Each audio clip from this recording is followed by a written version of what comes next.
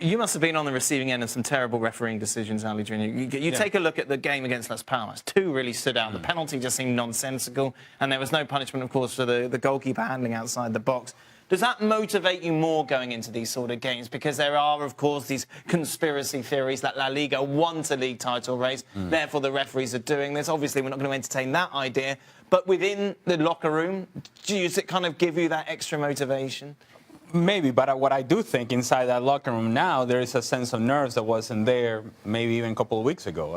A sense of, wait a minute, now this game means a whole lot more than it did a couple of weeks ago. It means that Atletico Madrid can get back into this race. So now it becomes a whole lot more competitive than we thought it was going to be. And so what I expect from Barcelona is to have the best performance they've had over the last month or so. However, I haven't seen signs that that's going to happen. What we saw from Las Palmas, even after those refereeing decisions, is a team that became very stale, very predictable. And if that happens against Las Palmas, it can certainly happen against Atletico Madrid as well. I still think Barcelona at the Camp Nou is going to win the game. But right now, this is the moment for Atletico Madrid. I don't think it goes beyond this. If they win at the Camp Nou, this is back on. If they don't, I think it's over. Gab, you've been banging this drum for a while that whilst Barca are top of the table and on the face of it, everything looks fine, they haven't been putting in the sort of performances that you would expect from them. The big question, I suppose, if you're a Barca fan, is will they be able to step up their game against the second-best team in Spain?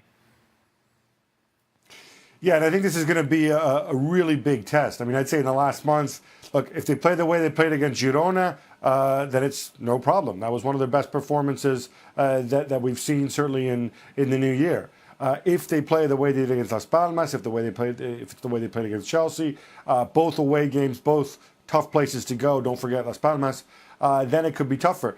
The interesting thing for me is, are we going to see Valverde here perhaps counterpunching a little bit? As Ali said earlier, he knows that Atleti have to some degree, go for it, and that a draw is not really going to be good enough. Do you maybe not play Coutinho and Dembele and Messi and Suarez together? Do you find a different solution? Maybe try to invite them forward a little bit and then strike. Maybe add a bit of a dimension or a different dimension to the way you play. I think that could be a wise option for Barcelona.